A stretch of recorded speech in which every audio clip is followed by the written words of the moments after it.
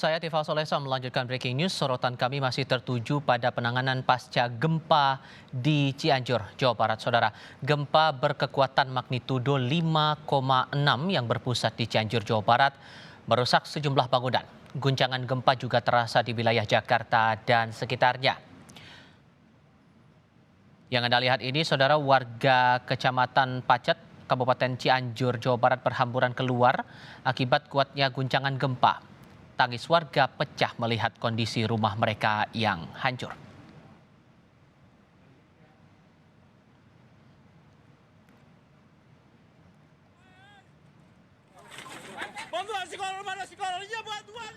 Gempa di Cianjur yang terjadi siang ini membuat panik banyak warga. Di Kampung Panagan Cianjur, warga membantu seorang pria yang terjepit reruntuhan kayu dan material rumahnya yang roboh. Bantuan sekolah, mana sekolah? Iya, bantuan ya jelema. Iya.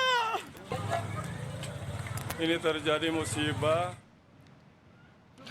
Tidak hanya bangunan rumah, saudara, gempa juga merusak toko. Salah satunya toko helm yang ada di Cianjur. Visual kami dapatkan dari @nita_junita85.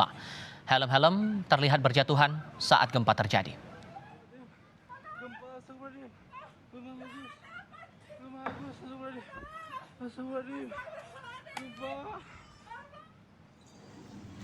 Sementara itu, sejumlah ruangan gedung DPRD Kabupaten Cianjur rusak.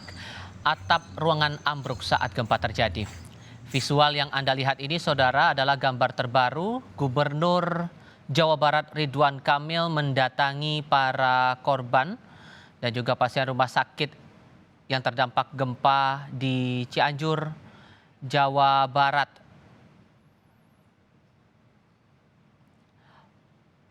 Sampai saat ini, data yang kami terima yang terkonfirmasi 56 orang meninggal dunia akibat gempa ini. Dan data terakhir untuk korban luka yang disampaikan oleh Bupati Cianjur kepada kami pukul 16 waktu Indonesia Barat, sekitar 700 orang mengalami luka-luka, 70% diantaranya mengalami luka berat.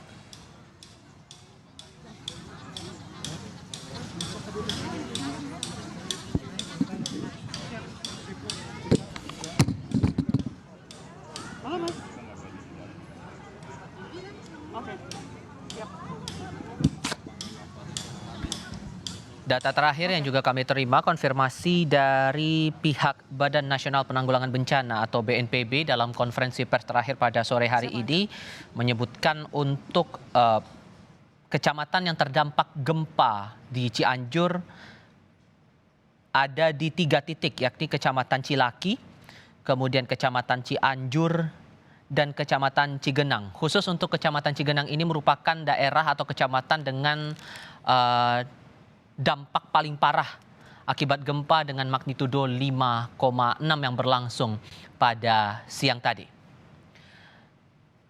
Terakhir juga disampaikan tidak hanya merusak bangunan rumah, lalu juga sejumlah fasilitas umum, tetapi juga akses jalan ikut terputus akibat dari gempa ini.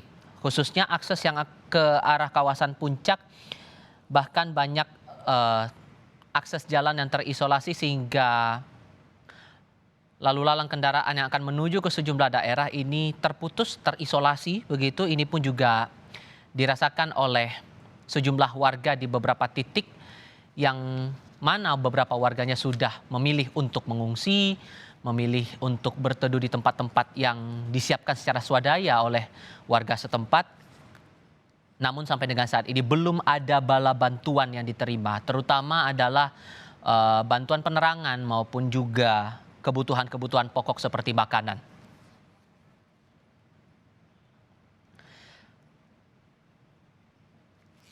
Jurnalis Kompas TV Vida Alatas saat ini bergabung bersama kami untuk pantauan terakhir ataupun juga informasi terbaru seputar penanganan bencana gempa Cianjur kali ini. Vida, bantu kami untuk tahu apa yang Anda ketahui, informasi terbaru, apa yang Anda lihat, apa yang Anda dengar, apa informasi terbaru yang mungkin Anda terima yang bisa dibagikan untuk saat ini.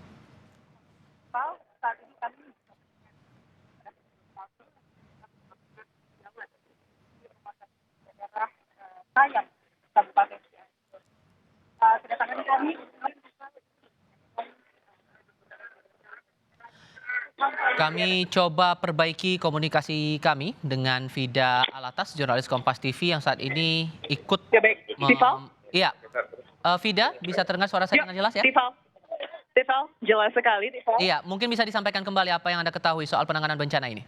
Kami di RSUD Kota Kabupaten Cianjur, tepatnya di RSUD Sayang, dan saat ini yang tengah berlangsung adalah peninjauan atau kedatangan dari Gubernur Jawa Barat Ridwan Kamil untuk langsung meninjau korban gempa di Kabupaten Cianjur. Tadi kami sampai cukup hektik, Tifal, suasana di depan, kemudian pintu masuk RSUD Sayang, karena memang ada banyak sekali ambulan yang berlalu lalang. Kami juga cukup terkejut melihat kondisi di RSUD di mana pasien atau korban gempa ini betul-betul keadaannya ditangani dengan cara seadanya, di mana memang mereka ini tidak bisa ditempatkan kemudian di dalam gedung rumah sakit karena memang khawatir ada gempa susulan dan masih belum aman.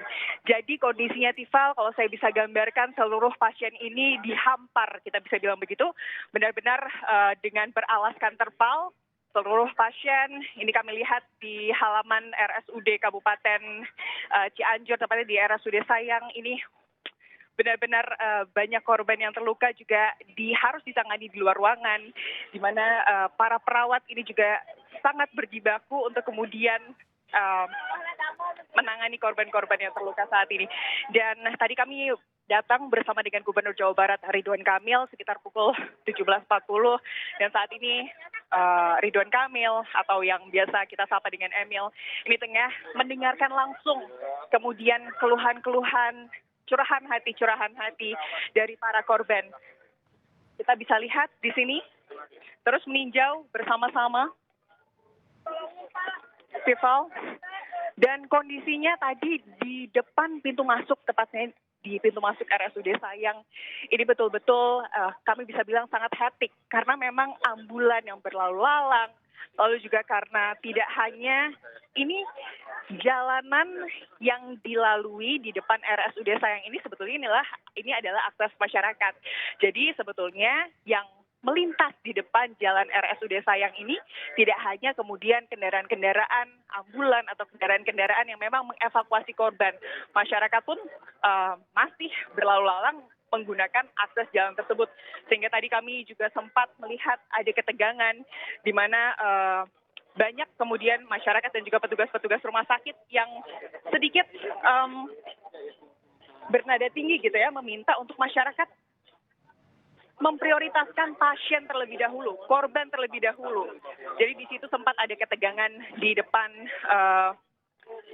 pintu masuk RSUD Sayang. Kalau kami lihat, Tifal dan juga saudara, kalau Anda bisa melihat langsung, mungkin dari gambar Anda juga, ini betul-betul saya bisa katakan cukup merinding, Tifal, karena kami bisa melihat ada lansia di sini, lalu juga ada anak kecil yang memang lukanya ini kami bisa lihat perlu ditangani dengan serius. Bisa dilihat ada perban di kepala, lalu juga kami melihat banyak kemudian, mohon maaf Tifal, anak kecil yang saat ini sedang ditenangkan oleh Kang Emil atau Gubernur Jawa Barat Ridwan Kamil. Mungkin ini umurnya sekitar 2 sampai 3 tahun. Dan tentunya ini yang tengah berlangsung saat ini, Tifal dan juga saudara.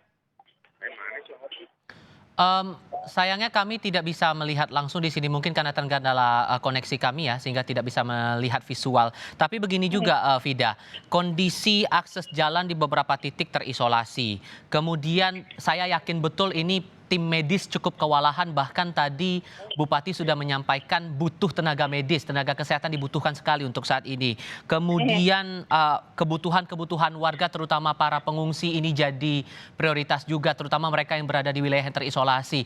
Ada solusi apa mungkin yang ditawarkan gubernur untuk jangka pendek untuk hari ini?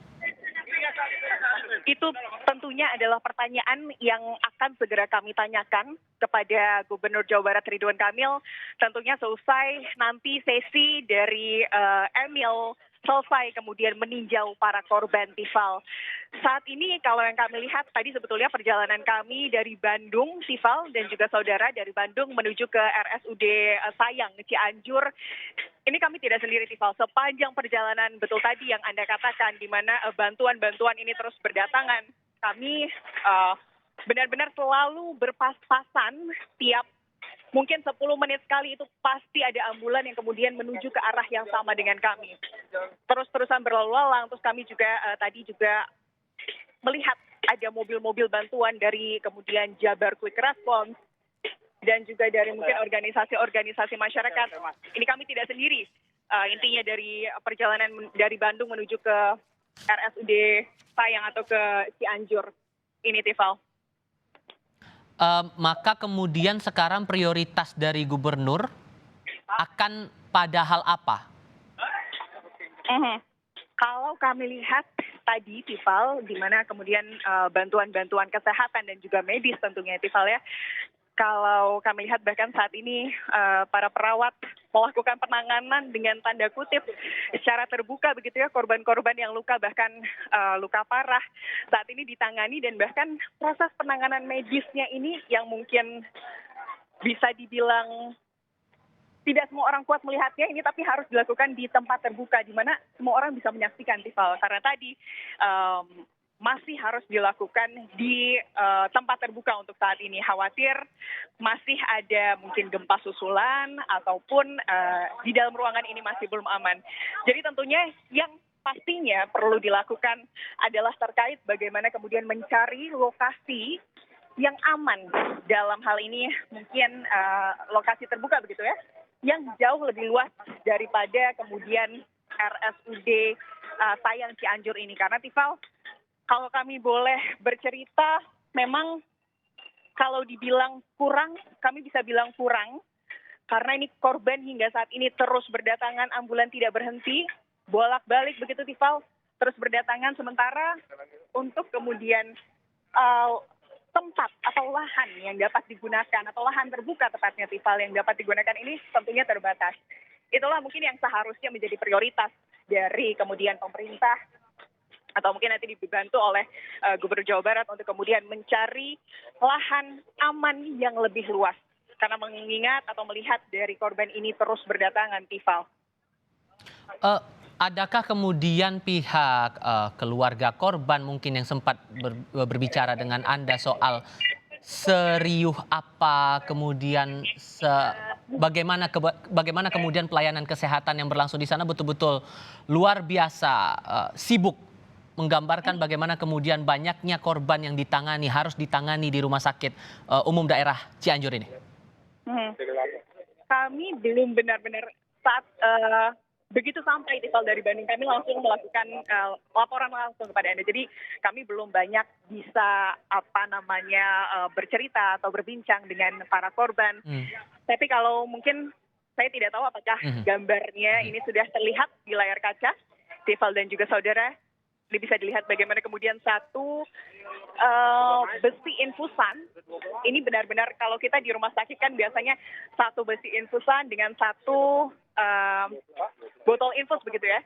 Ini betul-betul satu besi infusan ini di tempat 4 botol infus. Itu menunjukkan bagaimana kemudian banyaknya korban. Baik. Yang berdampingan. Kita harus potong dulu, Vida. Nanti kita akan lanjutkan lagi setelah kita dengarkan kumandang azan maghrib berikut ini.